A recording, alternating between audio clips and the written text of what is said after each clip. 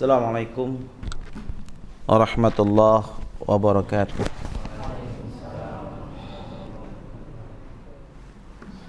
Alhamdulillah nahmaduhu wa nasta'inuhu wa nastaghfiruh wa na'udzu billahi min syururi anfusina wa min sayyiati a'malina.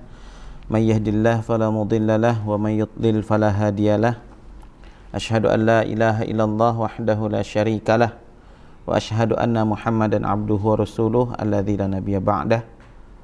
Allahumma shalli wa sallim ala sayyidina Muhammadin wa ala alihi wa ashabihi wa man tabi'ahum bi ihsanin ila yaumiddin.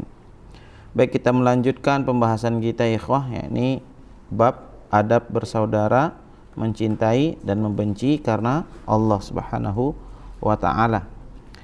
Pembahasan kita pekan lalu sampai kepada ghibtah ya, yakni sebuah sikap iri yang positif yang dimiliki oleh para syuhada ya, para nabi dan para syuhada terhadap orang-orang yang saling mencintai karena Allah Subhanahu wa ta'ala. Jadi mereka mencintai bukan karena ada kepentingan di sana. Ya, membangun pertemanan bukan karena ada kepentingan, bukan karena ada apanya, tapi karena apa adanya. Menerima segala kekurangan temannya, kemudian dia berusaha memperbaiki kekurangan teman tersebut. Sekalipun dia temannya adalah seorang pendosa, orang yang mencintai temannya karena Allah Subhanahu wa ta'ala, dia tetap menerima temannya ya. Ingat, ini teman ya, menerima temannya untuk apa? Untuk dijadikan objek ya bagi dakwahnya. Kita menasehati dia agar meninggalkan perkara-perkara yang bisa menjerumuskan dia ke dalam hal-hal yang merugikan dia baik di dunia maupun di akhirat. Ya. Di sini Syekh mengutip sebuah hadis Nabi sallallahu alaihi wasallam. Innallaha ta'ala yaqul haqqat mahabbati lil ladzina yatazawwaruna min ajli wa haqqat mahabbati lil ladzina yatanasaruna min ajli. Cintaku telah tetap bagi orang yang saling mengunjungi karena aku. Ya. Jadi kita mengunjungi teman ya, sebaik-baik mengunjungi teman itu dalam rangka silatul ukhuwah, untuk mengikat persaudaraan. Silaturahim itu kalau kita mengunjungi paman kita, mengunjungi sepupu kita, mengunjungi kita punya adik, mungkin adik kita, ya, itu silaturahim. Ya, mengikat rahim, orang yang terikat karena faktor nasabnya. Ya, atau faktor perkawinan, ipar-iparan.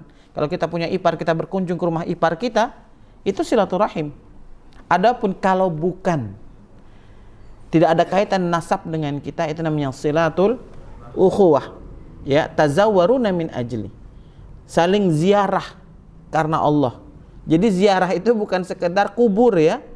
Ziarah itu antum ke rumah ana, itu antum menziarahi ana. Ya, itu sebenarnya. Kalau kita kembali kepada ya istilah-istilah dalam agama, selama ini kan kita menganggap bahwa ziarah itu ke kuburan ya. Jadi antum ke rumah ana atau anak ke rumah antum itu ziarah namanya, mengunjungi. Yatazawwaruna, kata Allah Subhanahu wa ta'ala, yatazawwaruna, ziarah ya. Jadi mengunjungi karena aku. Jadi kalau kita ke rumah saudara kita, ke rumah teman kita, ke rumah sahabat kita, ke rumah zamil kita, ke rumah khalil kita, ini adalah level pertemanan ya. Teman, sahabat, zamil dan khalil. Ini level, 4 level pertemanan, 4 level silatul ukhuwah ya. Pembahasan zamil dan khalil itu di kitab apa kemarin? Khulasatu Ta'zimil Ilmi. Kalau dalam kitab ini teman secara umum. Ya, zamil itu teman yang sudah deket banget. Khalil itu ya dia itu sudah bahasanya itu udah lu tahu siapa gue tahu siapa lu gitu loh. Ya. Tapi dalam hal yang positif yang mereka bangun hubungannya, bukan malah saling tolong menolong, ta'awanu 'alal itsmi wal 'udwan. Tolong menolong dalam dosa dan permusuhan. Temannya ada masalah dengan orang lain, kita ngomporin. Nah, ini enggak. Ini bukan khalil yang baik. Ya. Ini adalah apa? Setan dari kalangan manusia. Min syarril waswasil khannas alladzi yuwaswisu fi sudurin nas minal jinnati wan nas. Jadi kalau suka membisikkan pengaruh-pengaruh buruk ke dalam diri kita itu, alladzi yuwaswisu fi sudurin nas. Nah, siapa pelakunya? Setan. Setan dari kalangan apa? Minal jinnati wan nas, dari kalangan jin dan manusia. Kalau kita kerjanya ngomporin teman punya masalah, ya berarti kita setan dari kalangan manusia. Ya. Paham? Nah, ini jangan sampai kita lakukan, ya, kita lakukan. Kemudian, dan cintaku juga tetap bagi orang yang saling membela karena aku. Jadi kita membela teman kita. Membela kalau dia benar. Membela kalau dia benar. Kalau dia salah, nggak boleh kita bela. Kita nasihati. Nah, kadang-kadang kita keliru. Karena dia teman satu organisasi kita, karena kita kemudian dekat sama dia, ya, kita seperti dibutakan, ya. Nah, inilah kenapa Rasulullah SAW mengajarkan kepada kita, kalau cinta biasa saja, kalau benci sekedarnya saja, ya. Kita benci lihat seseorang tuh begini. Kita nggak tahu bahwa dalam tubuhnya itu ada satu daging, yang daging itu berada dalam genggaman Allah, yang suatu saat bisa jadi dia berubah. Ya, nah, jangan sampai kemudian kita malu akhirnya. Ya, kita malu akhirnya. Ya, dia akhirnya malah ramah kepada kita sibuk membenci dia. Ya. Kalau teman yang benar, kalau kita mencintai, ya, cintalah sekadarnya saja. Objektivitas tetap terjaga, ikhwah. Objektivitas tetap terjaga. Ya, tetap terjaga. Ya. Kalau salah katakan salah. Afwan, ini salah nih. Coba, ada nggak hubungan yang lebih kuat daripada hubungan suami dan istri? Ada tidak? Nggak ada. Ya, di luar ini ya. Nah, seorang suami, ya kalau jelas istrinya salah, misalnya ribut dengan tetangga kah, ribut dengan sesama wali murid. Kalau ternyata memang di situ ada kesalahan, ya kita sebagai suami nasihatin. Ya sudah ya Bu. Saya minta maaf. Kayak minta maaf. Walaupun sebenarnya ada salah, karena ada satu kasus murid ini, ya. Ibu ini punya anak. Anaknya itu selalu diganggu sama anaknya ibu ini, ya, ibu A lah, ibu Mawar nih, selalu mengejek ibu Bunga, ya. Ibu Bunga ini sabar banget, ya. Puncaknya mungkin karena faktor, ya, X lah mungkin, ya. Tiba-tiba tanpa sadar dia bernyari mana anak yang ngomong itu. Dilihat, disentuh dagunya kan, kepalanya. Tiba-tiba anak itu langsung buat drama, katanya dijambak, ya. Sementara saksi di situ nggak ada yang jambak, cuman sampai ke orang tua lain, akhirnya ribut lah. Karena kemudian si suami bilang, ya, sampai kapanpun jangan pernah menyentuh anak orang. Kita antum ada yang guru, ya, seemosi-emosinya sama murid, mending keluar kelas, tenangkan diri, jangan sampai nyentuh. Karena zaman sekarang tuh zaman anak-anak, ya, santri-santri pada drama, ya, pada drama. Maka saat itu untuk mengkat, ya, memutus, ya, permasalahan jangan sampai panjang, si suami datang minta maaf. Karena pada saat itu si suami memang punya prinsip, kalau ada masalah dengan anak orang jangan pernah menyentuh kulit dia bagian manapun. Karena bahaya, anak sekarang itu bahaya, ya. Pintar sekali drama. Ini suami, ya, istrinya salah ya salah, walaupun istri sebenarnya korban, ya. Karena apa, nanti ujungnya apa, lapor polisi, ya kan. Kita menghindari mudarat yang lebih besar, ya. walaupun itu istri kita, ya, walaupun itu istri kita. Ya. Kebetulan yang bermasalah ini memang keluarga aparat, ya kan? Jadi untuk memutus ya permasalahan, tidak memperpanjang permasalahannya sudah kita minta maaf. Ya, kita anggap ya salah karena sudah menempelkan tangan ke tubuh si anak. Terlepas dia mau berdrama dan lain sebagainya, itu hanya justru menampakkan bahwa ya orang tuanya gagal dalam mendidik si anak. Taib. Makanya hati-hati kita memberi makan kepada anak itu, hati-hati. Ya, karena pengalaman 15 tahun sebagai guru itu luar biasa. Anak kelas 3 SD itu bisa berdusta, bisa membuat karangan ceritanya yang luar biasa. Kenapa? Tidak mau sekolah abang, tidak mau sekolah, nanti Ustadz Fulan begini katanya kan.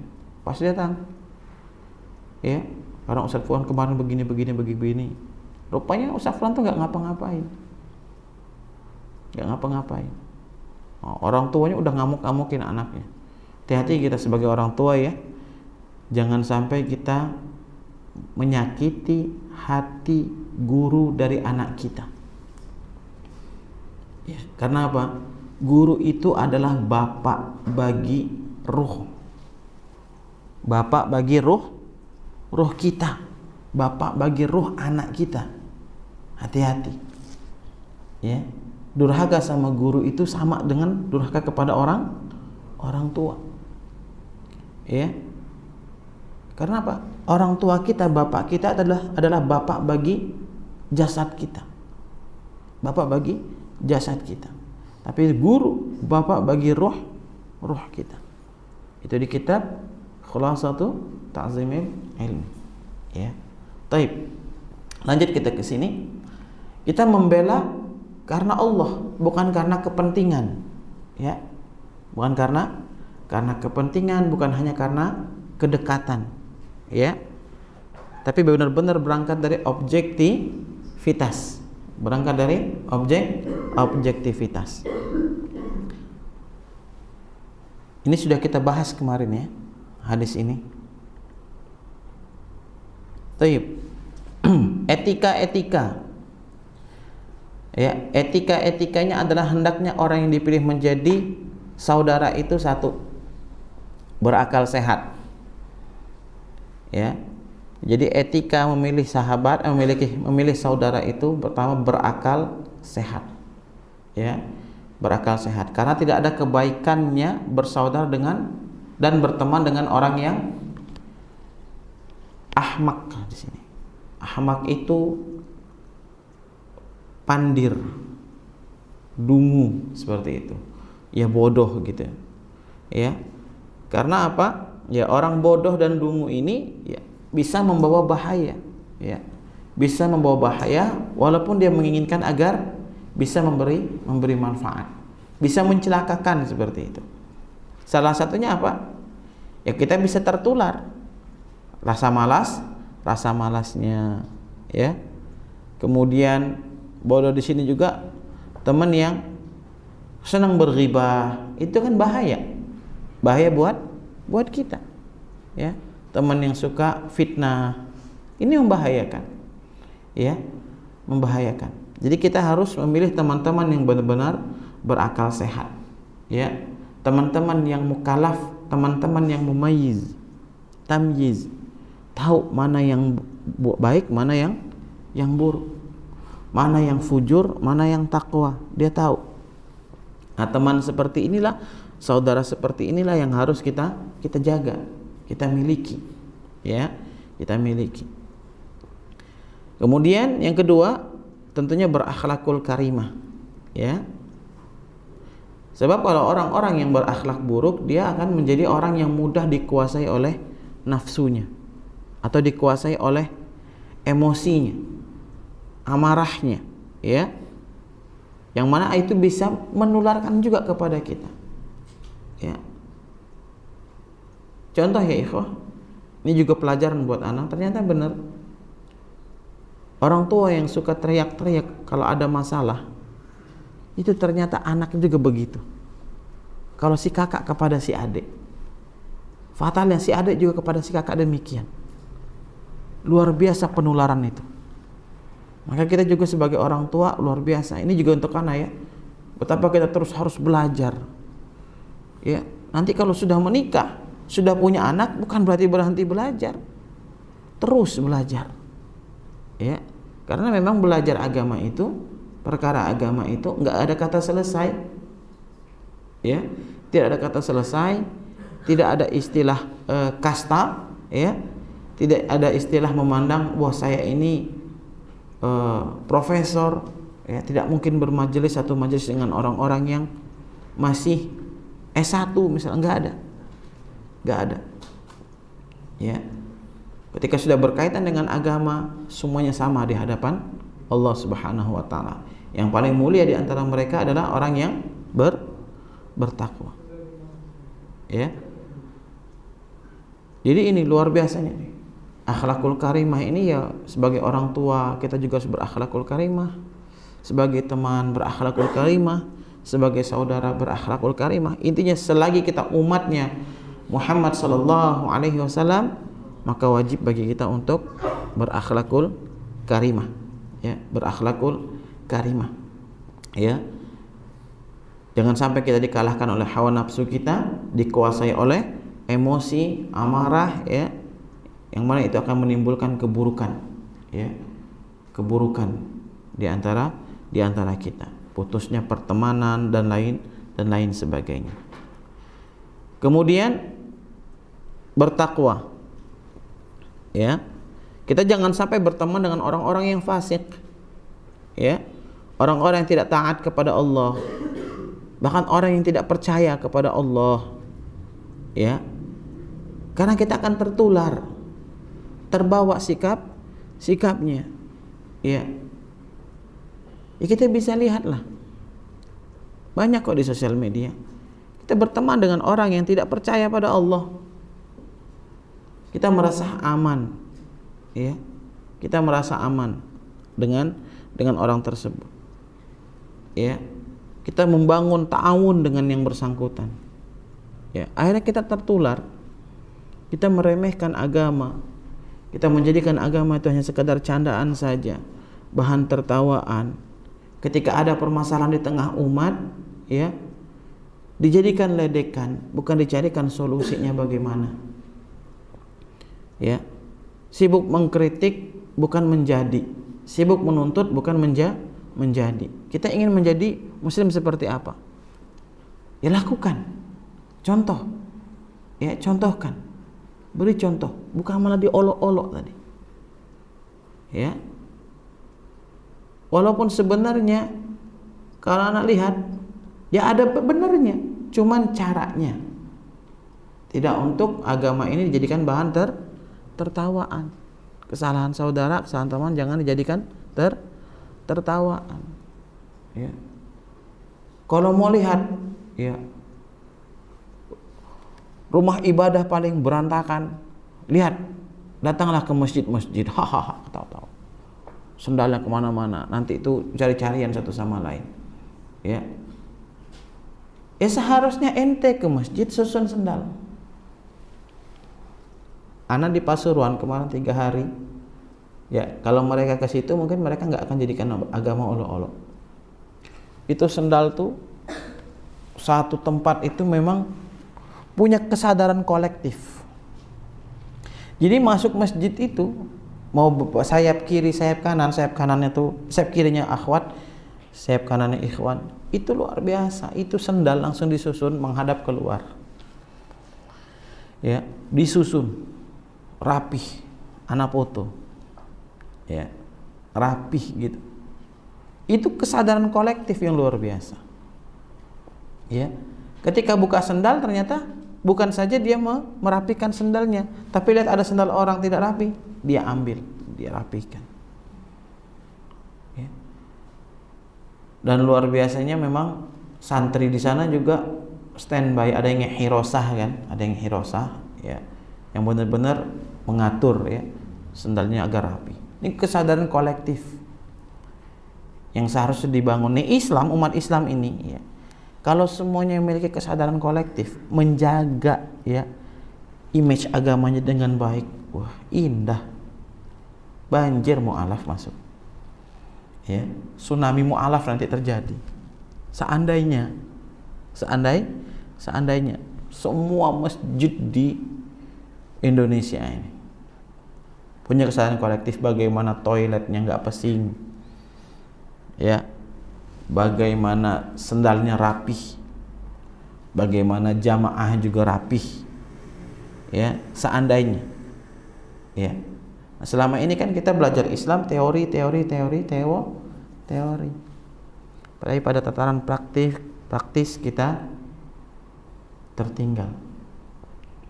Kita malu sama orang-orang Yahudi, malu. Tapi malu di situ bukan buat kita menjadi inferior, nggak pede kita. Akhirnya malah kita puji mereka, kita rendahkan agama kita, ya.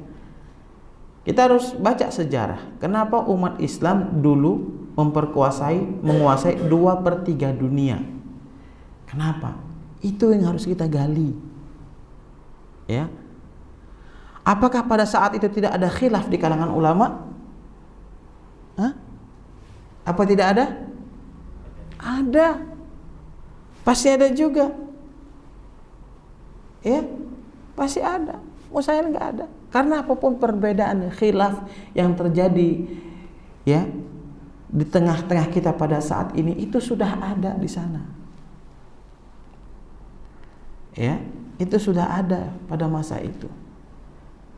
Tapi mereka fokus, ya sudah, ana berkeyakinan, isbat, saya menetapkan, bahasanya nih ya, saya menetapkan Ar-Rahmanu 'alal 'arsy istawa, aku terima.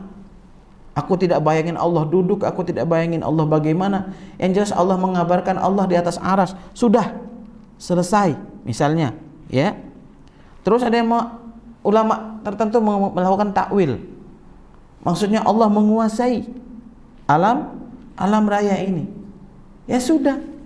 Intinya dua-duanya sama-sama tidak ingin menyerupakan Allah dengan makhluk.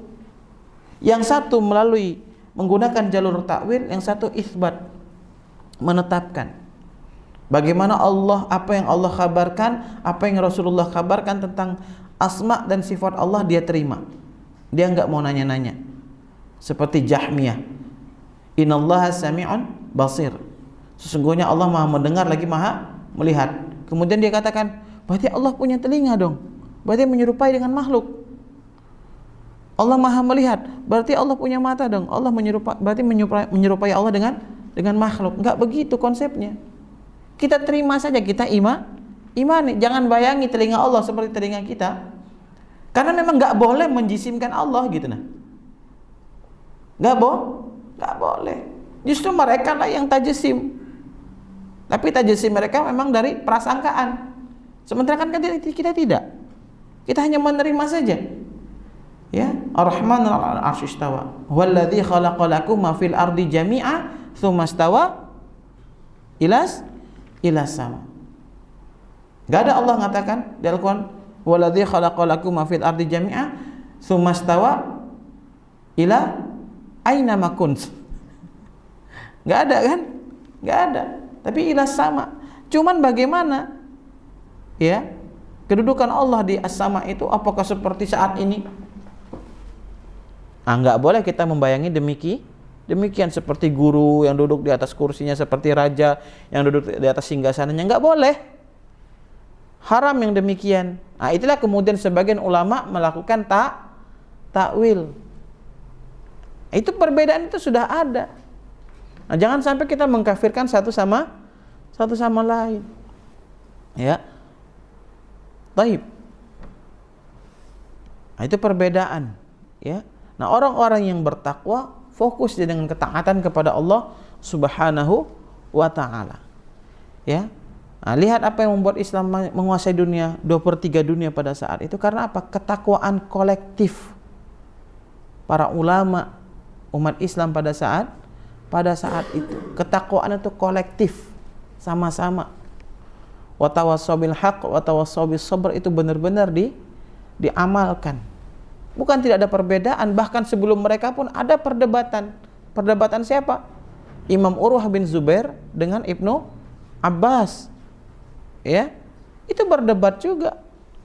Mereka sama-sama hidup di masa sahabat. Ya, mereka berdebat juga mengenai hadis tamattu'. Berdebat kencang. Ya. Tapi kemudian semangatnya apa? Semangat takwa. Perdebatan tersebut tidak menimbulkan permusuhan. Ya. Ikhwah, kalau kita berbeda pilihan dengan teman kita sesama muslim, lalu berubah hati kita dengan dia, kita yang bermasalah, bukan dia. Ya. Misalnya antum pilih partai A, teman antum pilih partai B. A dan B ini sama-sama partai Islam. Antum kekeh dia harus ke partai A. Ya. Dan antum menjelek-jelekkan dia.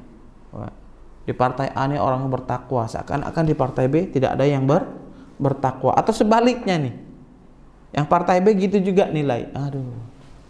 Inilah perpecahan yang paling membahayakan di tengah umat. Perpecahan hati kaum muslimin. Sebenarnya enggak masalah. Ya. Antum di mana? Antum di NU, antum di Muhammadiyah, di Persis, di Perti, di Wahdah, di Hidayatullah, di Matla'ul Anwar, kecuali LDII. Ya. Kecuali LDII. Tapi bukan berarti kita memusuhi LDII, tidak juga. Itu bagaimana menjadi objek dakwah kita. Kita nggak boleh benci. Kita hanya menolak pemikiran mereka yang mengkafirkan orang yang di luar kelompok mereka. Dimana kalau kita sholat di masjid mereka, ya dipel lagi gitu loh. Ya, dipel lagi. Ya. Kita tidak boleh memusuhi mereka. Kita harus ajak mereka berdebat dengan ilmiah. Apa landasanmu? Ya. Tidak masalah organisasi apapun. Ya. Seperti di Hidayatullah, Anda tidak menganggap bahwa yang lain itu salah gitu. Kita hanya beda konsep. Tapi untuk kemajuan Islam, Anda memiliki semangat yang sama untuk ayo kita bergandengan tangan. Buktikan kita adalah insan-insan yang bertakwa. Ya. Jadi apapun organisasi teman kita, ketika dia bukan orang yang fasik, ya, dia adalah orang yang bertakwa, maka dia patut menjadi teman kita. Dia patut menjadi saudara kita. Ya, mungkin dia nyamannya di sana. Dia nyamannya di jamaah tabligh. Ya. Dia nyaman di jamaah tabligh. Kalau perasaan kita ada yang keliru, diskusi ilmiah dengan semangat ukhuwah. Teman kita ada yang nyaman di salafi, berteman kita dengan yang bersangkutan. Jaga hubungan baik selagi dia bertakwa. Ya. Kalau kemudian dia menjelaskan bahwa kita begini, nah kita punya argumen, balas argumennya. Selagi semangatnya ukhuwah. Kalau sudah ternyata enggak sepakat, ya sudah, lana a'maluna walakum a'malukum. Ya. Sepakat saja saling mendoakan. Ya, saling mendoakan satu sama lain. Ya. Kalau antum merasa anak tidak di atas hidayah menurut versi antum, doakan anak. Begitupun juga. Ya. Nah, semangat ukhuwah ini yang tidak dimiliki. Bagaimana mungkin kita mengaku orang yang bertakwa, tapi kita tidak memiliki semangat ukhuwah di dalam dada kita? Kita senang perpecahan. Kita senang ilfil dengan saudara yang beriman hanya karena satu kesalahan, hanya karena beda pilihan. Ini perpecahan paling bahaya itu. Dimulai dari perpecahan hati. Terselip di sana hasad dan dengki. Ya. Kepentingan duniawi yang lain. Ya. Pas pula ada kepentingan siasi di sana. Politik. Sudah. Ya. Apa yang terjadi ya antara Ali radhiyallahu an dan Muawiyah radhiyallahu an itu bukan untuk diulang, tapi untuk dijadikan pelajaran. Contohnya Muawiyah radhiyallahu an, ya, itu dihubungi raja Romawi untuk menyerang Ali radhiyallahu taala an. Ini mereka lagi berbeda nih urusan politik, urusan duniawi ini. Beda mereka ini. Ya, antara Ali dan Muawiyah. Muawiyah didatangin delegasi Raja Romawi untuk apa? Menyerang. Apa kata Muawiyah? Ya. Apa kata Muawiyah? Apa yang terjadi antara aku dan Ali adalah urusan kami. Ya. Kalau kau berani menyentuh Ali, justru kepalamu yang aku bawa, aku berikan kepada Ali. Paham nggak? Ketika Muawiyah diajak oleh kerajaan Romawi untuk menyerang Ali, mempersembahkan kepala Ali kepada Muawiyah, justru Muawiyah berkata, kepala kau tuh yang bakal aku kasih ke Ali, jangan kau ikut campur. Nah coba, cuma konflik ini digunakan oleh orang Syiah, melaknat Muawiyah. Kalau di antara kita ada yang melaknat Muawiyah, astagfirullah. Ya, Muawiyah itu sahabat Nabi. Ya, sebagaimana Nabi yang juga mengatakan dirinya manusia, sahabat juga manusia. Tapi bagaimanapun jasa mereka terhadap Islam itu tidak ada yang mampu mengalahkannya. Akhirnya mereka berdamai. Begitupun juga apa yang terjadi antara Ali dan siapa? Bunda Aisyah. Perang apa namanya? Perang Jamal atau Siffin? Perang Jamal. Itu juga masalah politik. Ya. Nah, antum nanti kita 2024 nih jangan lagi mau kayak 2019. Dijadikan alat saling mencela satu sama lain. Betul tidak? Betul tidak? Ya. Sudah belum minta maaf sama orang yang sudah kita cebong-cebongin, sama orang yang sudah kita kampret-kampretin? Sudah minta maaf belum? Wallahi, kita berzina, kita berjudi, kita bermaksiat, ya, berbuat dosa selain perbuatan menyakiti saudara kaum muslimin, kita bertobat kepada Allah, Allah ampuni. Tapi maaf, kita hina saudara kita hanya karena beda politik. Dasar cebong lu, kampret lu, kadrun lu, ya, belum ridho dia, belum kita minta maaf sama dia. Maaf, itu dosa masih ada. Ya, itu dosa masih ada.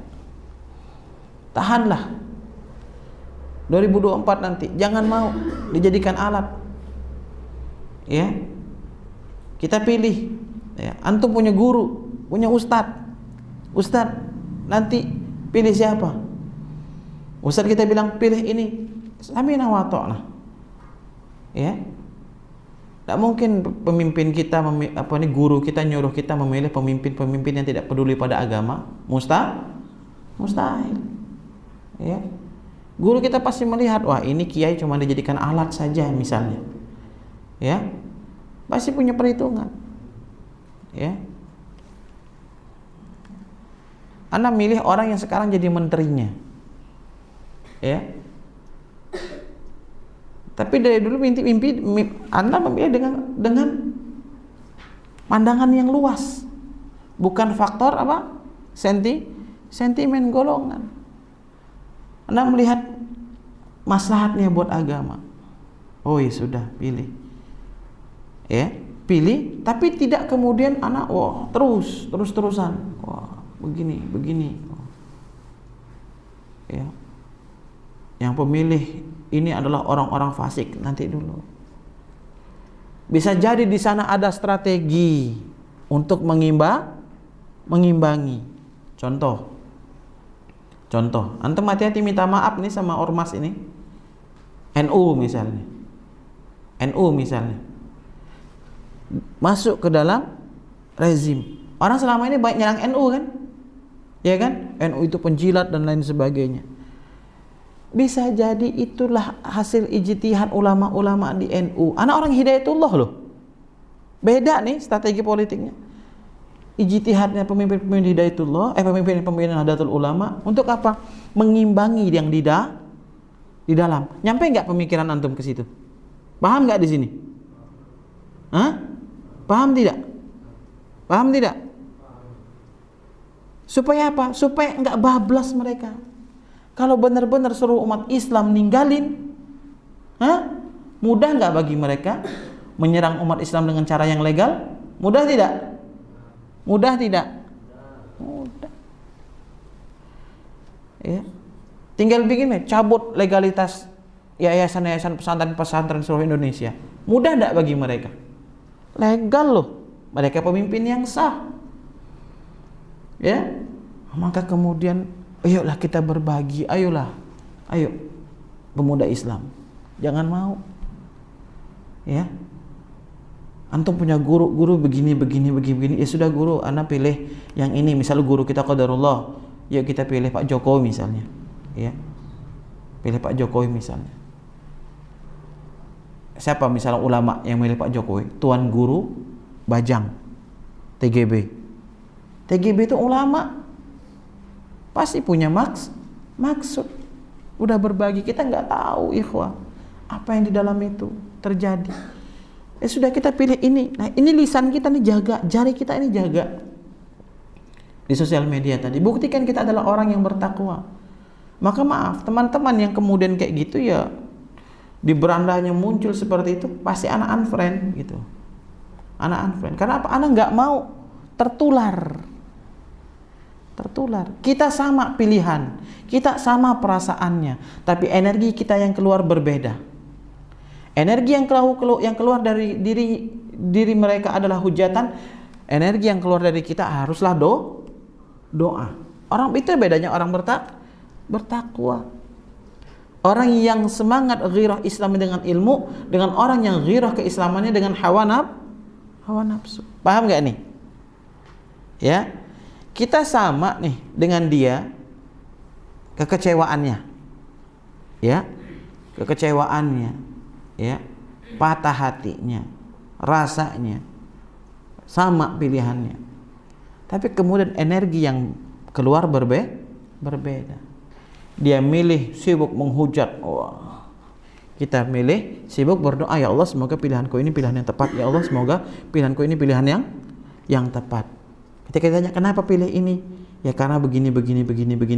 Ini menurutku, berdasarkan penjelasan guruku. Udah. Ya. Antum merasa punya guru, tanya. Zaman udah canggih, Afan, Ustadz, Afan, Bib, Afan, ini nanti pilih siapa misalnya. Ya, pilih siapa gitu. Pilih ini. Ya sudah. Sami'na kita wa ta'na. Kalau ternyata beda jawabannya, ya terserah, kembali lagi. Ya. Karena ulama itu berangkat dari pemikiran yang mendalam. Itu yang dilakukan oleh saudara-saudara kita misalnya Nahdlatul Ulama yang kemudian dekat kepada pemimpin yang saat ini memimpin negeri kita. Ya, kalau seluruh umat Islam meninggalkan, habis nanti umat Islam.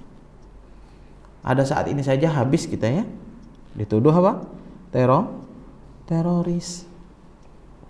Ya. Mustahil umat Islam ingin merongrong negerinya, mustahil. Ya. Dipertanyakan keimanannya kalau ada umat Islam ingin memberontak pada negerinya. Ya. Justru semakin soleh, semakin apa? Semakin semangat menjaga agama dan bangsanya. Ya. Nah ini ikhwah, pentingnya kita memiliki teman yang bertakwa. Dan juga sebenarnya ini masuk dengan teman yang berakal sehat tadi, berilmu. Dia semangat beragamanya, ghirahnya berangkat dari ilmu, bukan hawa nafsu. Kemudian yang keempat, teman-teman yang berpegang teguh kepada Al-Quran dan Sunnah, jauh dari perkara-perkara tahayul, khurafat, dan segala sesuatu yang menyelisihi sunnah Nabi. Ya. Masa kita masih berteman dengan orang-orang yang percaya pada tahayul? Contohnya aja, ya, takut jalan masih takut hantu gitu ya, misal santri lah gitu, akhirnya kebawa kawannya, ya. Teman yang kayak gini harus disadarin ya. Masih ada yang takut ke kamar mandi malam-malam? Masih ada? Nah, masih ada? Jangan. Kalau pun ada tiba-tiba berdiri di sudut situ, di sudut kamar mandi itu, apa gawe kau sini? Tanya gitu. Ya. Biasa jin itu biasa. Suka ganggu. Apa gawe kau di sini? Ya. Standby tombak di situ. Ya, lakukan apa yang dilakukan oleh Khalid bin Walid, ditebasnya. Ya. Hantu ndak kesentuh tuh cuman di film. Ya. Makanya kalau ada penampakan itu didekatin, jangan kita lari. Jangan kita lari. Deketin. Kalau dia jin asli, dia yang lari. Tapi kalau dia tidak lari, fix itu ngeprank. Ya. Fix itu ngepranknya di tempat sampah lah, jembatan Pematang Sulur tuh kan. Pernah anak di prank di situ. Dikiranya anak takut. Anak pinggirin lah motor, cagain, cari batu bentar. Mana batu? Kok tidak pergi dia? Oh, ini orang nih. Deketin. Enak kau ngaku sebelum batu nih mendarat ke muka kau. Aku tak kau. Ya. Karena kalau dia jin, dia akan pergi. Cuman ini kebalikannya, kita terus yang lari kan. Iya tak? Jangan. Ya, jangan. Tak boleh. Jin itu makhluk lemah. Ya, yang bisa membunuh itu cuman setan dalam film. Ya. Banyak kan nonton ini film horor Thailand. Ya. Horor apa lagi? Kayak film horor tuh Malaysia. Ya. Apa Falak ya? Falak. Ya. Nonton Falak misalnya. Conjuring misalnya. Tahu Ustaz, tahu lah kan punya sosial media. Ya. Itu ndak ada di dalam dunia nyata. Apalagi dalam Islam ndak ada. Mereka ada tuh dicuekin. Itu tahayul semua. Paham enggak? Jin itu ada. Paham? Jin itu ada. Jin mengganggu ada. Tapi kita ndak boleh takut. Ndak boleh takut. Ustadz, di rumah saya ada ini. Aduh, jangan kan di rumah antum, di rumah anak juga. Anak capek gitu. Cuman bedanya, anak menganggap jin yang di rumah itu seperti apa? Ketimun bungkuk, tidak masuk dalam hitungan. Ya, apa ini? Ustadz, ya di rumah saya ini ada jin, Ustadz. Saya jadi malas ibadah, nyalahin jin. Minta ruqyah, Ustadz. Kayak saya ini kemasukan jin, malas ibadah, kok nyalahin jin? Salah dewek, ngapa kau terima bisikan jin? Malas itu karena dia bisikin aja. Dahlah, capek kau tuh. Ya, dosa lah, ngapain lah sholat? Sholat juga tidak bikin kayo katanya kan. Nah, kita turutin, ya kan? Nah, kalau kita lawan kan, tidak kan? Jinnya berani. Ya. Jin itu pasti akan selalu bisikin kita karena dia mengitari kita. Korin kita. Ya. Jadi kalau ada orang uskun, ustadz, dukun ngomong, saya punya korin saya sudah muslim semua sebagaimana Rasulullah. Batukmu. Ya, cuman Nabi lah korinnya yang Islam. Adapun Umar, korinnya itu bukan Islam tapi kabur dari Umar. Ya. Korinnya Umar itu kabur, bukan korin jadi Islam. Ini ada ustadz korin saya ini udah muslim katanya. Jin memang ada yang muslim. Ya, jin memang ada yang muslim. Tapi tetap tidak bisa kita ajak kolaborasi. Yang membisikkan kebaikan kepada kita ini bukan jin muslim, tapi khutwatil malak, bisikan malaikat yang bersama kita. Tinggal kita bisikan siapa yang kita ikuti. Jadi jin itu ada ya. Jin itu ada. Apakah jin akan mengganggu? Ada kemungkinan mengganggu. Tapi kalau dia menampakkan diri, jangan takut. Jangan takut. Ya. Jangan takut, serius jangan takut. Ya. Anda bukan bisa nampak, Anda tidak bisa nampak jin. Dengar, kalau ada yang mengatakan saya bisa nampak jin, saya bisa melihat jin, dia yang harus diruqyah. Ya, dia yang harus diruqyah, macam yang di MNC TV itu nah. Tuh saya lagi bicara sama orang di belakang kamu. Ustadz Danu namanya. Nah sebut namanya. Ya. Dia yang harus diruqyah tuh. Ya, dia yang harus diruqyah. Tapi kalau jin menampakkan diri kepada kita tiba-tiba, itu jinnya mau ganggu kita. Ya. Itu jinnya mau ganggu kita. Enggak ada istilahnya kita haram kita berkolaborasi dengan jin. Dengan jin muslim saja tidak boleh, apalagi dengan jin kafir. Perhatikan nih. Jadi perkara-perkara tahayul itu ya harus kita jauhi. Teman-teman yang masih percaya tahayul tuh ya diruqyah. Dinasehatin. Ya, enggak perlu takut. Ya. Enggak perlu takut. Wah, dia menyerupai kasus di mana itu? Ceritanya ibunya meninggal.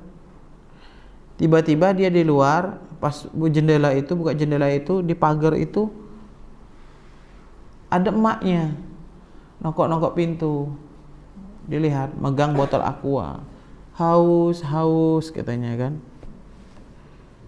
Pas dibuka ya, mama kita minta ini ada di kuburan gitu. Jangan percaya, itu biasa jin ingin bikin kita menodai akidah kita. Usir pergi. Ya, usir pergi. Ya, usir pergi. Jangan kita takut ya, deketin mereka. Ya. Kemudian teman-teman yang menyukai khurafat, masih menyukai apa? Khurafat. Ya, ini salah satunya masuk juga nih. Akhirnya apa? Supaya ini justru jatuh ke dalam kesyirikan.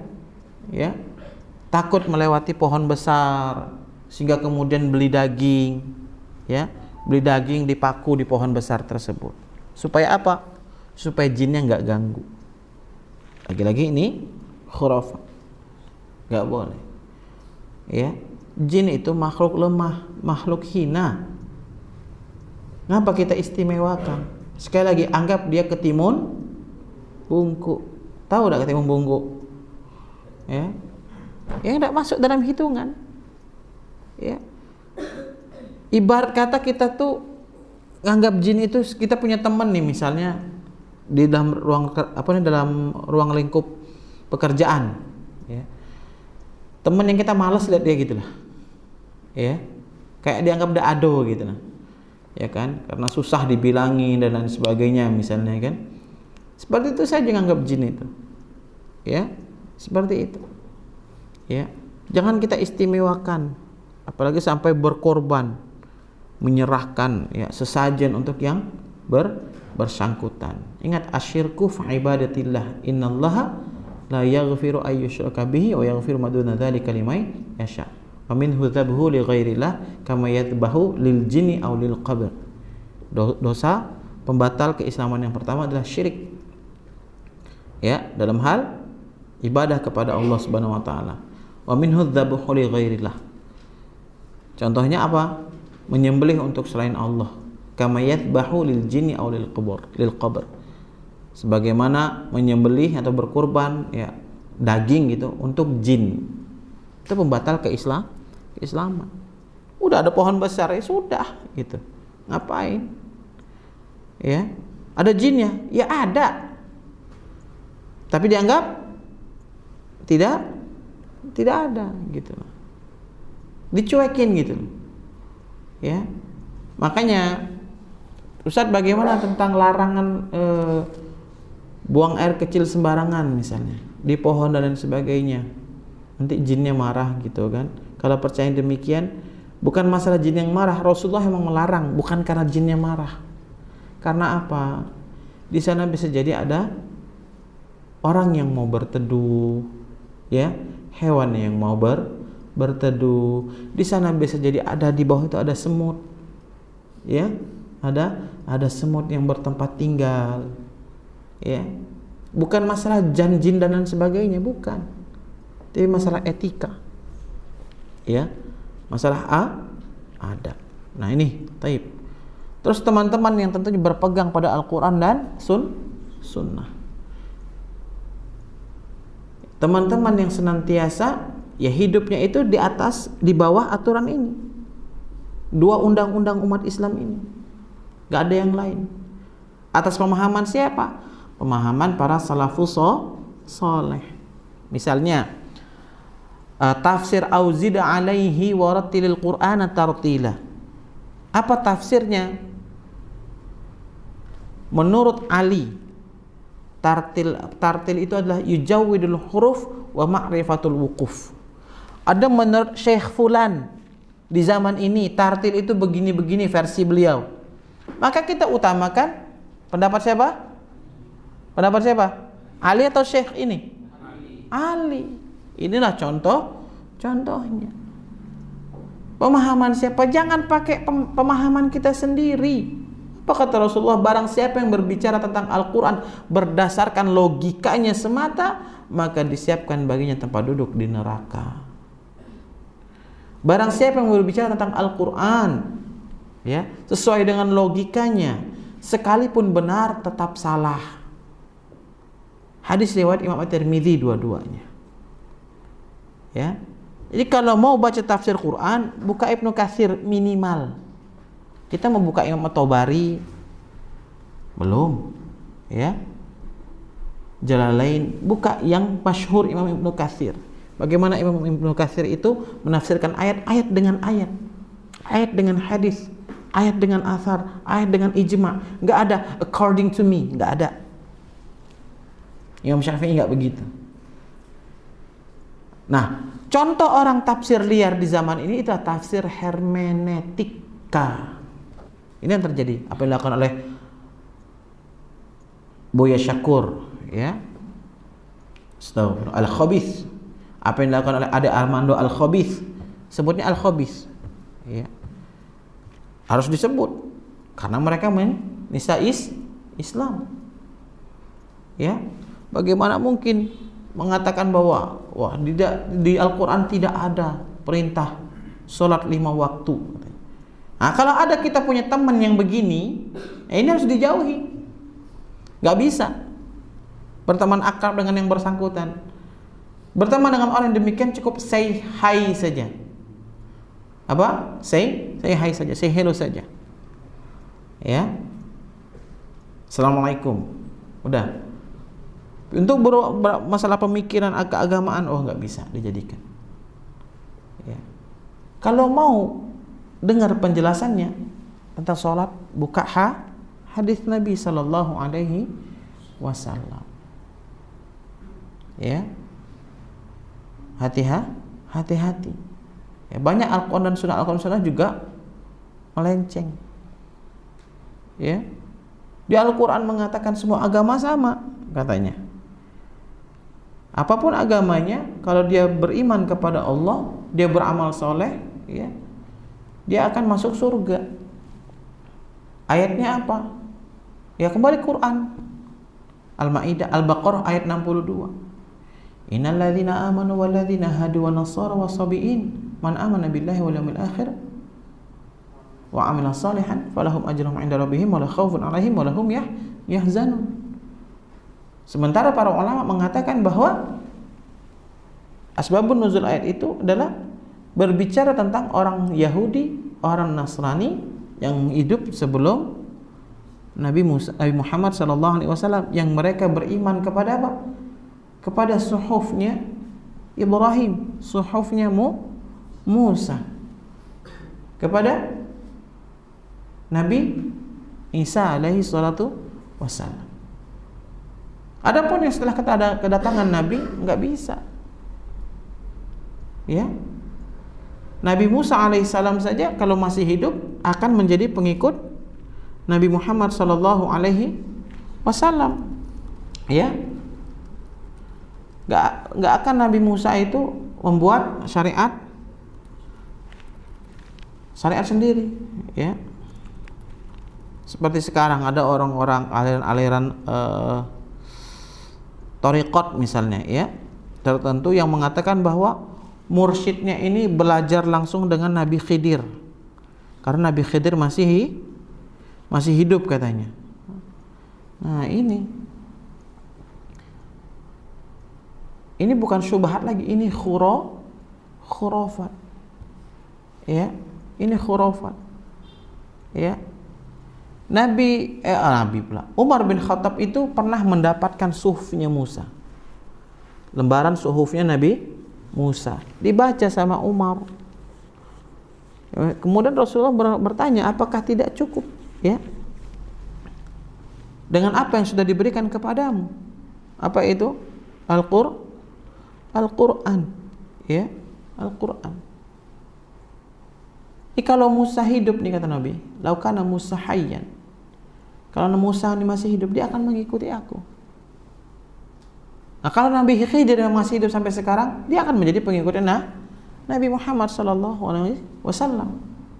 Bukan malah ngajar anak, ya, anak langsung belajar dengan dia, nggak bisa. Siapapun yang hidup di zaman Nabi Muhammad dan setelah Nabi Muhammad, maka dia harus taat pada syariat yang dibawa oleh Nabi Muhammad sallallahu alaihi wasallam. Nggak ada syariat yang lebih baik dibandingkan dengan syariat Nabi Muhammad sallallahu alaihi wasallam. Ya. Tidak ada. Ingat pelajaran kita pembatal keislaman, ya. Barang siapa yang memiliki keyakinan bahwa ada hukum yang lebih baik daripada hukum yang dibawa oleh, ya, Nabi Muhammad sallallahu alaihi wasallam, ya, kafar ijma'an, maka kafir berdasarkan ijma', ya, berdasarkan ijma'. Ini untuk kita pelajari agar kita jangan sampai demikian, ya, jangan sampai kemudian kita menganggap ada syariat yang lebih baik daripada syariat Nabi Muhammad sallallahu alaihi wasallam. Kemudian dikatakan di sini, seorang saleh dalam memilih sahabat telah memberikan ringkasan seraya berpesan kepada putranya, hai anakku, apabila engkau butuh bersahabat dengan seseorang, maka bersahabatlah dengan orang yang jika engkau melayaninya, maka dia menjagamu. Dan jika engkau bersahabat dengannya, ia akan menghiasimu. Dan jika kamu sedang membutuhkan perbekalan, maka ia mencukupimu. Bersahabatlah dengan orang yang apabila engkau mengulurkan tangan kebaikan kepadanya, ia membalasmu. Apabila ia melihat kebaikan padamu, ia menghargainya. Dan jika melihat kekurangan padamu, ia menyempurnakannya.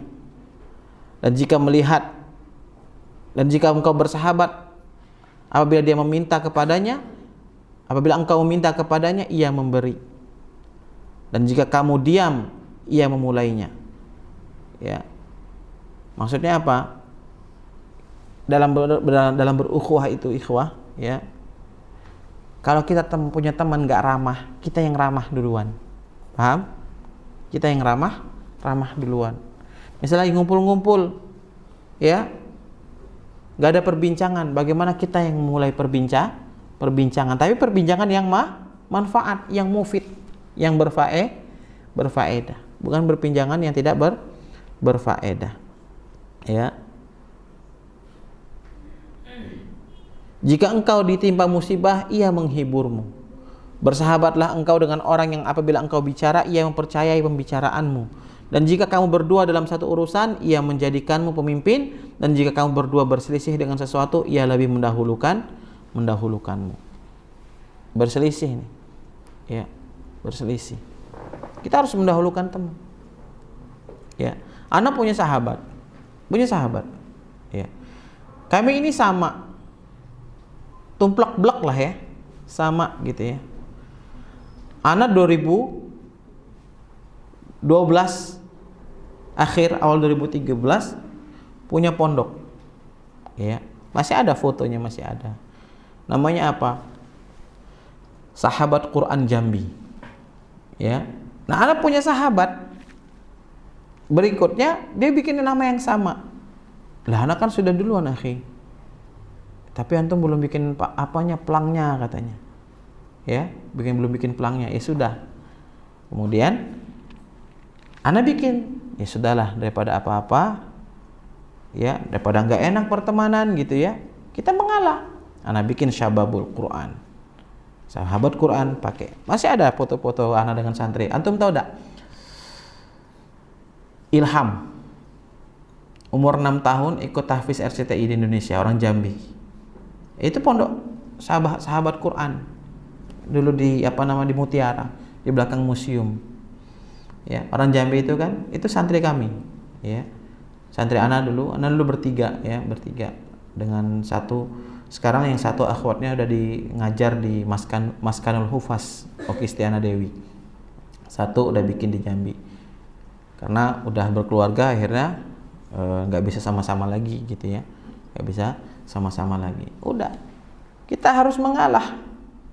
Toh sama-sama untuk kebaikan, ya. Selagi perbedaan itu adalah sama-sama untuk kebaikan, kita mengalah. Nggak boleh untuk apa sih? Ya, kita pecah kongsi dengan hal-hal yang sepele. Karena seperti itu pertemanan.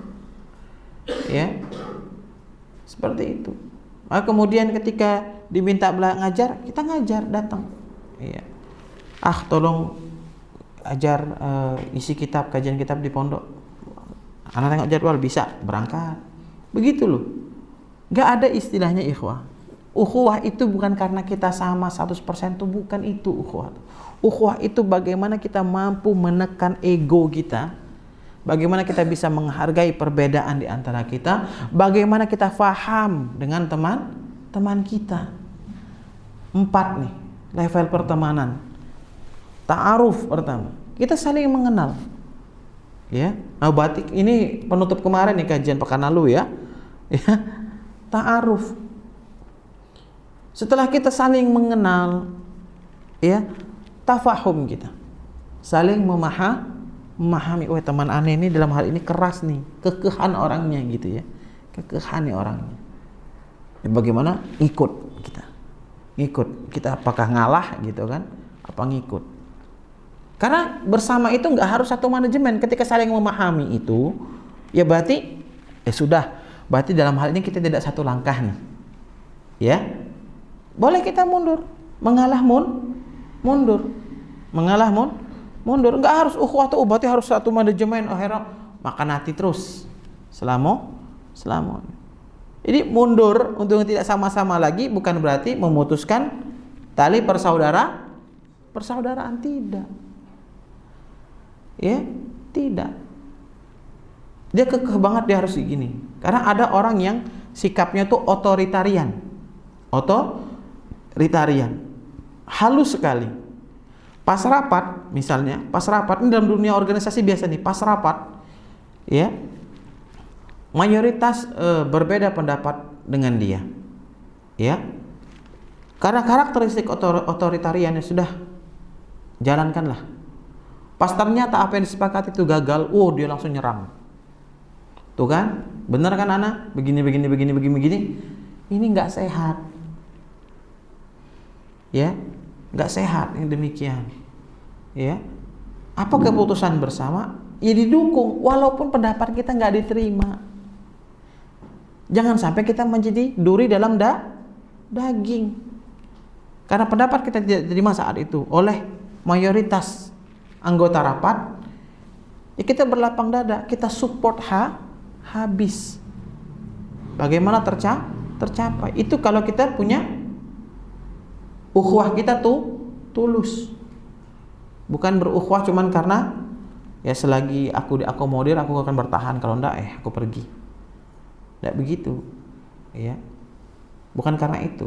Kalau emang udah dari awal udah nggak bisa, ya sudah, lebih baik mundur daripada kemudian ternyata mereka gagal. Oh, kita habis serang. Oh, ini nggak sehat, nggak sehat. Tafahum, ya, kita pahami teman kita, ya, saling memahami, ya. Kalau sudah paham ternyata itu kebiasaan buruk, habit buruk, ya kita nasehatin, ya, kita nasihat. Ketiga, ta'awun, saling tolong menolong, ya, saling tolong menolong. Ta'awanu 'alal itsmi wal udwan, ya. Apa saja, dia nggak punya kendaraan untuk kajian, kita jemput, ya. Anda sebenarnya merindukan masa-masa dulu, ya. Zaman dulu tuh Anda punya halaqah mahasiswa, itu enak jemput-jemputin mereka itu. Anda jemputin 5 orang ke kosan masing-masing, biar bisa halaqah, biar bisa belajar ngaji. Zaman dulu, ya, dulu kan anak bujang juga, ya. Dulu bujang, sekarang nggak bisa lagi gitu, ya. Dulu ada seperti itu, ya, jemput ke kosan, ke Pancasila, ke Gang Pemuda dan sebagainya. Kak, zaman dulu SMS masih kan, nggak punya kendaraan Kak, kalau ke sini ya sudah, standby antum jam segini, kakak jemput gitu, ya. Udah, zaman dulu, zaman kuliah, ya. Sebenarnya rindu, ya, sebenarnya rindu. Cuman dulu bujang, ya, masa bujang dulu kan, masa bujang itu kan masih banyak waktu luang. Maka rugi kita kalau masih bujang, ya, tidak kita manfaatkan waktu luang itu untuk menuntut ilmu. Apalagi zaman sekarang menuntut ilmu itu luar biasa mudahnya, ya, makin mudah, ya kan? Punya kuota, ikut kajian online, ya kan? Ikut kajian online. Berapa sih habis kuota Google Meet? Pernah nggak cek? Kalau WA itu satu pesan itu kan 2 KB, ya, 2 sampai 5 KB, ya, tergantung panjangnya. Pernah nggak antum cek berapa habis kuota untuk 1 jam Google Meet, 1 atau 2 jam Google Meet, Zoom? Berapa habis? Pernah nggak? Ada yang pernah ngitung? Ngecek? Pernah? Nggak, ya. Katanya kalau Zoom itu 200 MB. Katanya kalau Zoom, ya, 100 MB, kurang tahu anak. Google Meet berapa gitu, ya. Anggaplah itu apa nih, harta yang kita gunakan untuk di jalan Allah. Jangan sampai kuota yang nanti ditanya oleh Allah, nah, makin banyak hisab kita nanti, kau gunakan kemana kuotamu? Ya benar kan? Mana ada yang lepas dari hisab Allah? Zaman sekarang punya kuota, ditanya kuota, ya, untuk apa kuota kau gunakan? Berapa sebulan pakai kuota? Ya, 15 MB, ya, kau gunakan untuk apa kuota tersebut? Nonton YouTube, yang mana yang kau tonton? Channel apa? Ya, majelis lucu, ya, konten apa? Smart people yang nggak smart banget gitu, ya. Tahap apa lucunya? Ya, saya berdoa pakai bahasa Indonesia karena Tuhan saya bukan orang Arab. Ketawa, lucunya di mana? Ketawa maksa, macam yang homo yang ditangkap tuh narkoba itu kan, ketawanya maksa. Siapa? Coki, ya. Sebut nama nggak masalah. Ketawanya kan kalau antum lihat ketawa maksa, ya. Tawa orang-orang, tanda-tanda orang-orang ada gangguan, ya. Tetap doa mudah-mudahan dapat hidayah, ya. Tapi selagi belum, ya kita harus bantah terus, ketawa, ya. Ana punya kenalan ustadz namanya Dudung Amadung, kearifan lokal banget namanya. Gak ada tuh dia merendahkan agamanya Islam, gak ada. Ini ada namanya Dudung Abdurrahman loh, pakai bahasa Arab, ya. Astagfirullahaladzim, ya. Kalau ndak bisa bahasa Arab, ndak perlu ngomong kayak gitu. Gini be, saya berdoa pakai bahasa Arab karena Allah itu maha mengetahui. Paham nggak nih? Narasinya itu loh. Jangan bikin gaduh. Emang Allah orang? Kan bukan. Ya. Jadi bengaknya itu dipertontonkan. Ya. Nah baca komentar inilah contoh anak-anak, contoh orang waktu bayi nggak diazanin katanya. Gak apa-apa, potong video anak. Ya, nanti diposting kan? Gak apa-apa, biar dipotong. Ya, Pak Dudung Abdurrahman. Saya punya kenal namanya Dudung Amadung. Wah, dia sangat mencintai agamanya. Tidak ada ngerendahin agamanya enggak. Ya, Dudung Abdurrahman. Ya. Astagfirullah. Simpel. Memang Allah nggak perlu. Makanya niat itu, ya, niat sholat itu, ya, nggak perlu dilafazkan. Usolli misalnya. Misalnya ada orang mau sholat tahajud, belum paham bagaimana lafaznya tahajud. Ya sudah, niat itu di hati. Mau pakai bahasa apa baik, monggo kerso. Karena niat itu di hati. Ya, di Mesir niat sholat itu bukan usolli bacanya, apa? Nawaitu. Karena memang redaksi usolli itu bukan dari Nabi. Itu adalah ulama Syafi'iyah tentang talafuz bin niyah. Redaksinya bagaimana? Berbeda-beda. Di Mesir nawaitu salatul asr. Ya. Nawaitu salatul maghrib. Ya. Kalau di kita apa? Usolli. Ya. Paham nih? Jadi talafuz bin niyah itu bukan, nggak ada redaksinya dari Nabi sallallahu alaihi wasallam. Alaihi salatu wasallam. Nggak ada redaksinya. Ya. Buktinya apa? Beda-beda. Di Mesir itu nawaitu. Ada yang pakai nawaitu. Salatul asri arba'a raka'atin. Yang sebagian usolli. Talafuz bin niyah apa hukumnya? Dalam madhab Hambali, madhab fikih yang anak pakai, ya, madhab fikih yang anak pakai, kayak kita nggak ada talafuz bin niyah. Niatnya di hati. Udah duduk saf, bismillah, takbir, Allahu akbar. Boleh nggak talafuz bin niyah? Boleh. Kalau memang was-was, contohnya gini.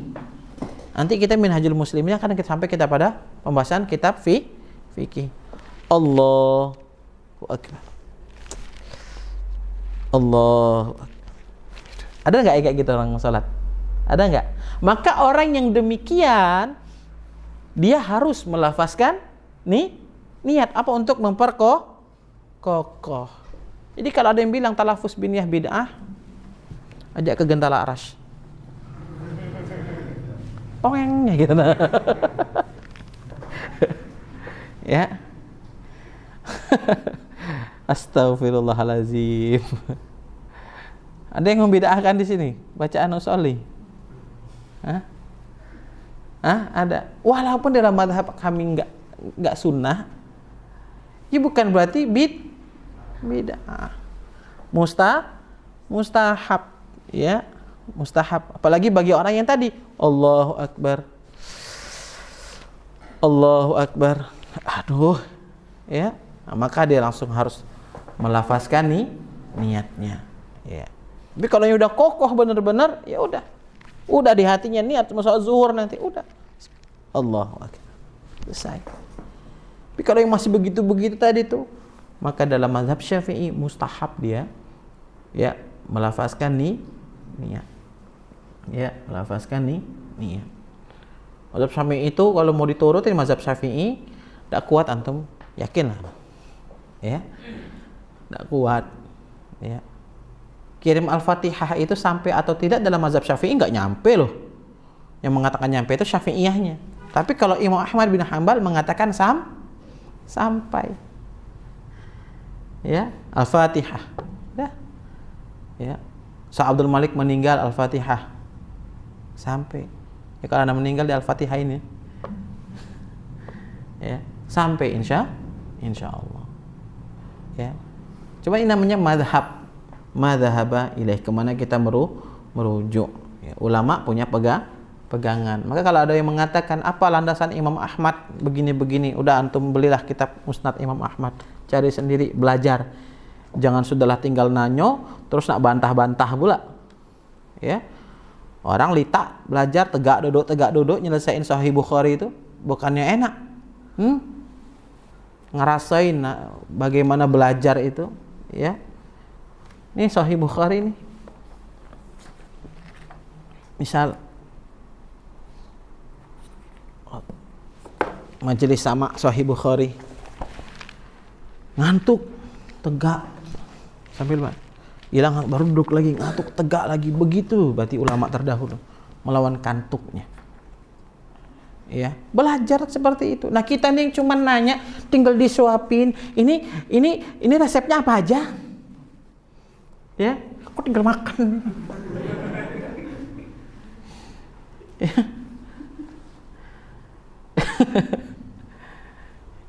Ya, tidak mungkin guru-guru yang Rabbani ya, itu mau menyesatkan kita, itu nggak akan mungkin, gitu ya.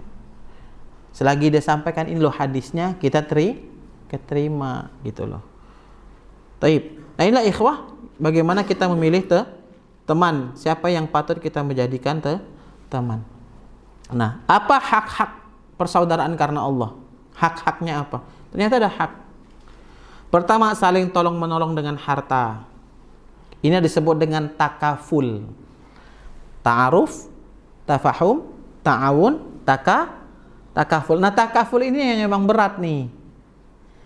Apa nih tolong menolong dengan harta. Terkadang kita pengen nolong tapi kita tidak punya kecukupan, ya. Maka ini puncaknya ini. Puncaknya, ya. Puncak pertemanan yang luar biasa. Masing-masing sahabat memberikan pertolongan jika sahabatnya membutuhkan, yang mana dinar dan dirham. Keduanya satu, tidak ada perbedaan antara keduanya. Seperti apa yang diriwayatkan oleh Abu Hurairah ketika datang seseorang kepada beliau lalu berkata kepada beliau, "Sesungguhnya aku bermaksud menjadi saudaramu karena Allah." Maka Abu Hurairah bertanya, "Apakah engkau tahu apa hak kewajiban persaudaraan itu?" Ia berkata, "Jelaskanlah kepadaku." Beliau menjelaskan, "Engkau tidak lebih berhak terhadap hartamu daripada aku." Orang itu menjawab, "Aku belum bisa mencapai tingkat seperti itu." Beliau berkata, "Jika begitu, ya pergilah dariku." Gitu. Ya. Maksudnya apa?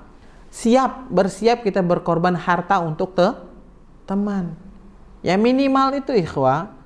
Ya pergi ke kajian, teman antum tahu teman nggak punya motor, dijemput gitu loh. Dijemput dengan harta antum, kendaraan tadi. Bukan antum kasih dia motor, oh itu top banget kalau antum belikan dia motor. Ya. Wah, antum gak punya motor untuk kajian, ayo kita ke dealer gitu ya. Ana belikan, antum pilih yang mana? Nmax akhi, pala antum.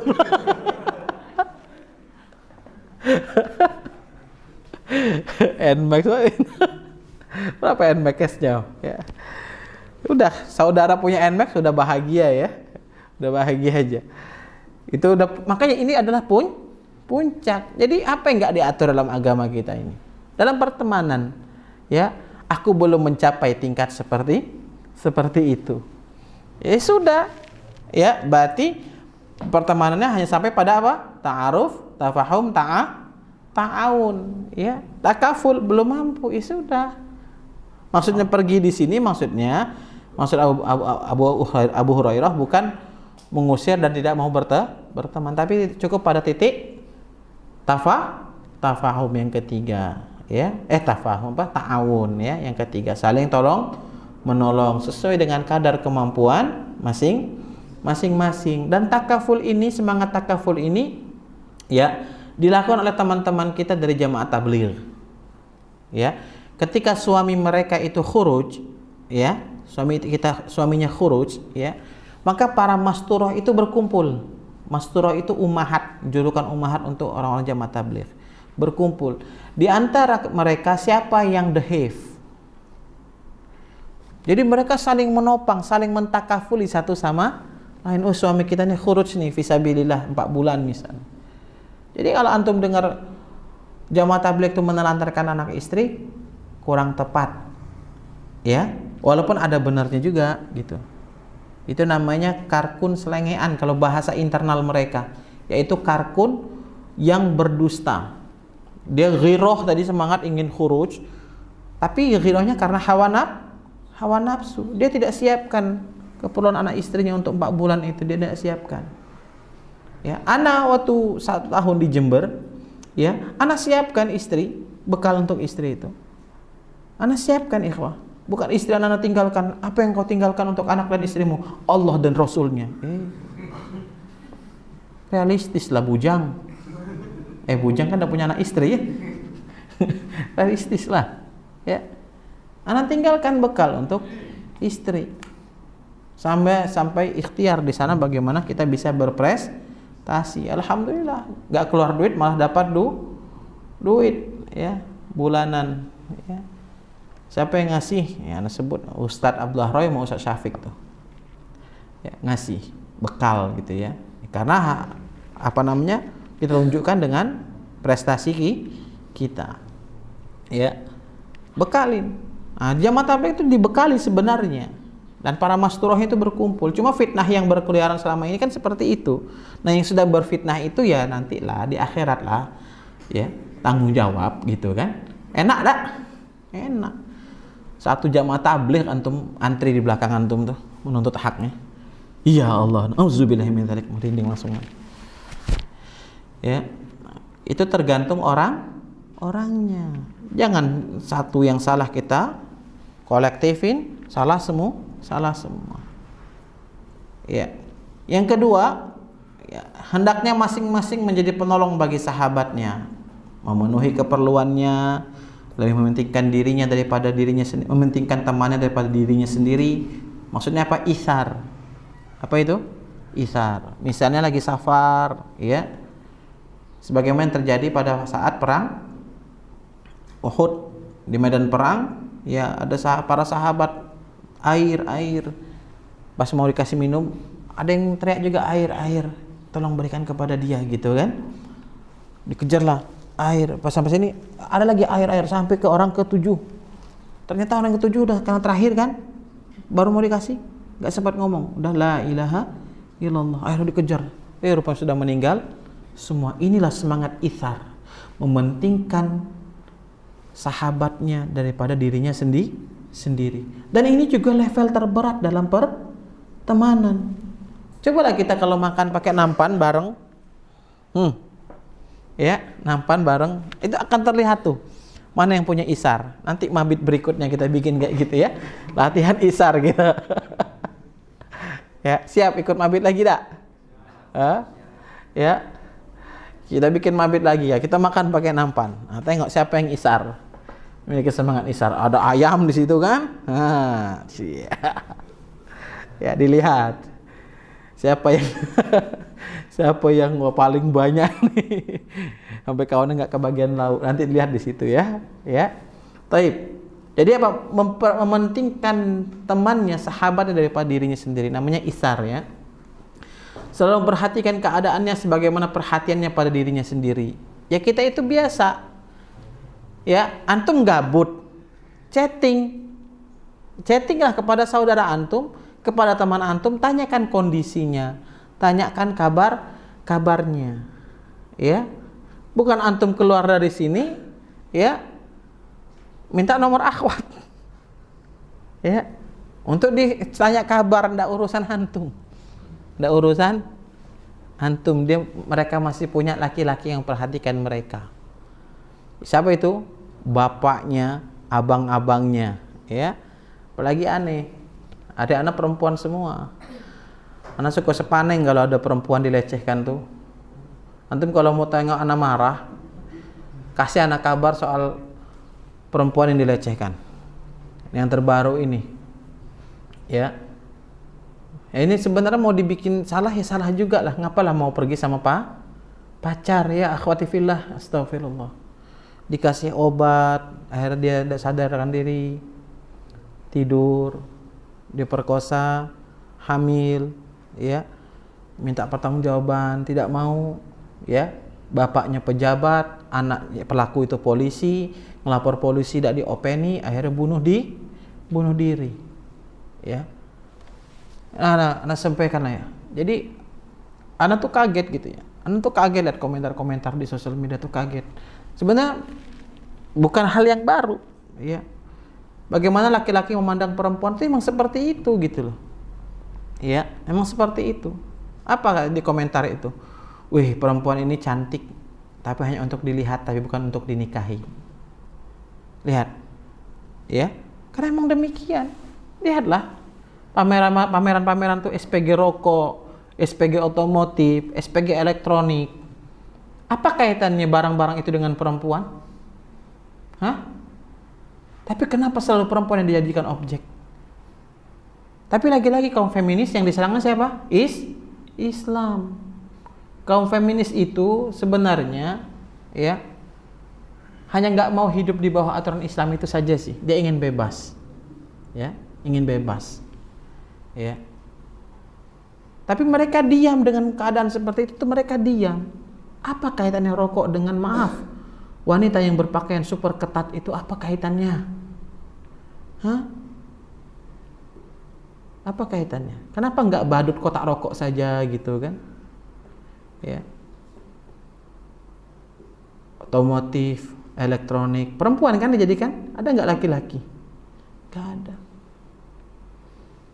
Nah, para muslimah seharusnya semakinlah dia menjaga izahnya. Menjaga apa? Izah.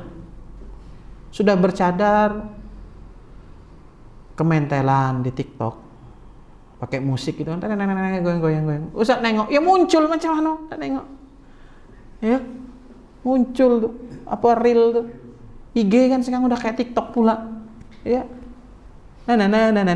Astagfirullah. Nah, baca dah komentarnya, baca komentar di bawah, astagfirullah, pelecehan semua gitu kan, dan dia diem. Ini dakwah busana yang syar'i. Iya, busananya syar'i munaroh. Tapi antum bergoyang-goyang kayak gitu tidak syar'i sedikit pun. Ya. Tidak syar'i sedikit pun. Jagalah izah. Lihat komentar tuh, ini cuma enak untuk dilihat, cuma enak untuk ditonton, bukan untuk dinikahi. Apa tidak sakit hati dibaca kayak gitu? Seorang muslimah. Ya. Allah. Antum mau punya istri nanti mentel-mentel di sosial media? Mau? Ada. Ya. Dah. Astagfirullahaladzim. Ya. Nah, ini kembali ke pembahasan, ya. Kembali ke pembahasan kita. Ya, kalau akhwat lihat temannya seperti itu, ya dinasehati ya, untuk ini bentuk kecintaan kita kepadanya, bukti cinta kita karena Allah Subhanahu wa taala. Kemudian 3 hari sekali ia menanyakan keadaannya jika sahabatnya itu sakit. Kalau sudah baru menjenguknya. Jika sibuk ia memberikan bantuan, jika lupa ia mengingatkannya, menyambutnya dengan lapang dada, dengan wajah yang berseri-seri jika ia adalah orang yang dekat, memberinya tempat apabila ia hendak duduk, dan menyimak pembicaraannya apabila ia berbicara. Ini hak-hak persaudaraan. Bahkan ketika 3 hari tidak ada kabar, kita tanya kabarnya. Ya, ini adalah bentuk apa? Penjagaan. Jangan sampai teman kita futur. Makanya pengurus misalnya di Mac ini tidak nampak kawan-kawannya, ya ditanya apa kabar akhi, lama nggak muncul. Minimal dia akhirnya merasa diperhatikan. Di MU demikian juga, akhwati fillah juga begitu. Ditanya 3 hari sekali. Kalau tiba-tiba 3 hari tidak nampak di kajian, ditanya kabar. Apa kabar? Sehingga dia merasa diperhatikan, ya. Dan jangan salah memberi perhatian. Ya, saling memberi perhatian antum tuh. Ya. Saling memberi perhatian satu sama lain. Apa kabar? Syukur-syukur ada grup. Nah, kan makin mudah enggak sih di zaman ini? Makin mudah kan? Mengimplementasikan segala sesuatu yang ada dalam Islam itu makin mudah sekarang. Ya. Enggak ada istilah jauh. Nggak enak rame-rame apa sendiri-sendirian, udah di grup. Apa kabar? Enak nggak seperti itu? Mudah nggak seperti itu? mudah. Jadi semakin maju berkembangnya zaman, justru semakin mudah kita mengimplementasikan nilai-nilai Islam. Apapun itu, sampai ke dalam level pertemanan. Wallahu ta'ala bisawab. Insyaallah kita sambung pada pertemuan berikutnya. Assalamualaikum warahmatullahi wabarakatuh. Bismillahirrahmanirrahim. Berikut dari pemaparan materi kita pada hari ini. Mungkin langsung saja kami kata waktu tinggal menit lagi masuk sholat zuhur. Dan bagi teman-teman yang ingin bertanya, silakan saja langsung siapkan pertanyaan dengan lewat menulisnya di kertas. Ini ada satu pertanyaan saja Ustaz. Bismillah Ustaz, saya ingin sekali berdakwah ke teman saya yang Nasrani, ingin dia tahu nikmatnya Islam, tapi belum tahu bagaimana memulai untuk menyampaikannya. Dia termasuk orang yang melek dengan agama. Kami pernah diskusi agama antara Nasrani dan Islam. Dia menyetujui apa yang saya sampaikan soal Islam. Mohon masukan Ustaz apa yang bisa saya sampaikan dulu kepadanya. Akhlakul karimah. Teruslah berakhlakul karimah di hadapannya.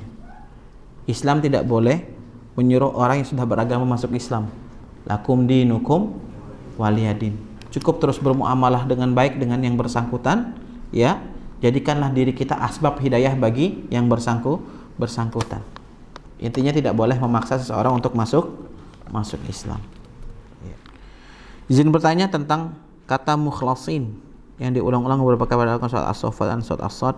Surat As-Sad pada ayat 83 dan 82, setan tidak bisa menyesatkan orang yang mukhlasin. Apakah arti mukhlasin merujuk pada penjabaran surat As-Saffat atau mukhlasin? Kata mukhlasin berdiri sendiri.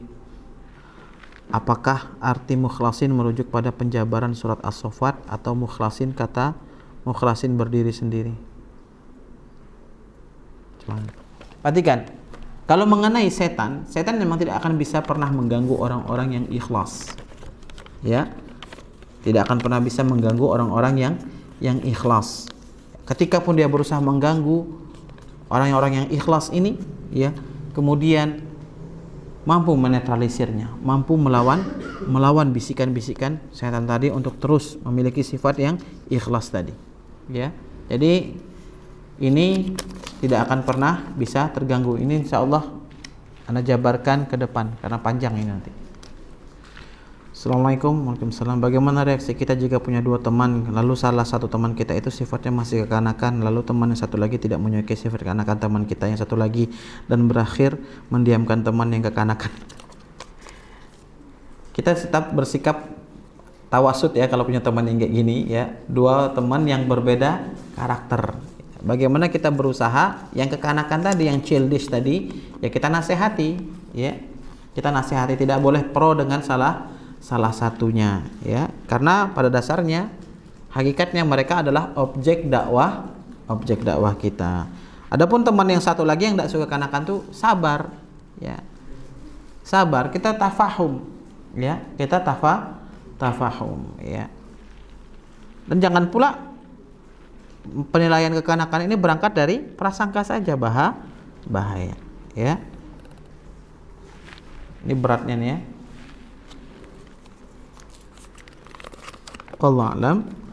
Assalamualaikum warahmatullahi wabarakatuh. Waalaikumsalam. Ana ingin bertanya bagaimana dalam menyikapi seorang teman yang berperilaku sinis kepada Ana dikarenakan dia tidak menyukai sikap Ana yang menurutnya kekanakan. Nah, kok nyambung?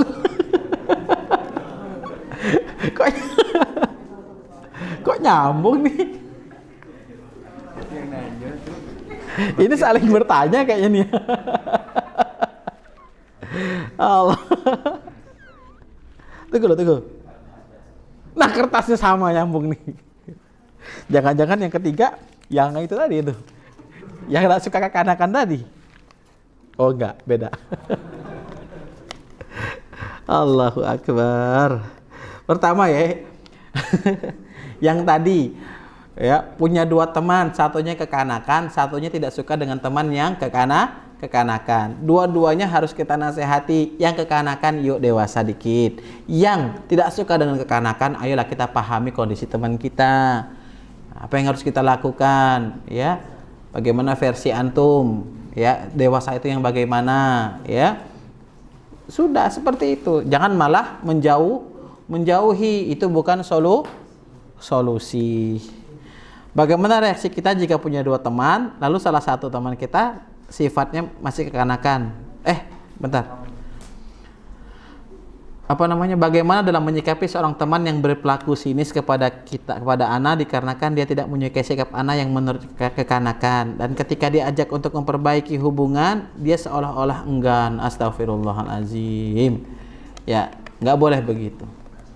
Ya, mungkin yang bertanya ya anti tunjukkan. Misalnya ini yang tanya akhwat apa ikhwan nih? Akhwat ya? Ya, ukhti, bagaimana sih bersikap dewasa itu gitu. Maafinlah, ini kekurangan ana. Sampaikan demikian. Ya, ana ingin terus bersilatul ukhuwah dengan anti, seperti itu. Nah, kalau itu teman kita sudah ngomong seperti itu, kita jangan malah enggan. Ya, kita sampaikan. Ya, ingat, teman yang saling menasehati dalam kesabaran dalam kebenaran dan kesabaran itu kelak akan saling memberikan syafaat. Kehilangan teman berarti kehilangan syafaat. Bagaimana kita banyak memiliki teman-teman yang sama-sama berjuang di atas jalan agama Allah. Semakin banyak syafaat kita. Bayangin nanti yang memberi syafaat kepada Radit, Dadang ngasih syafaat, Kevin ngasih syafaat, Pujang ngasih syafaat.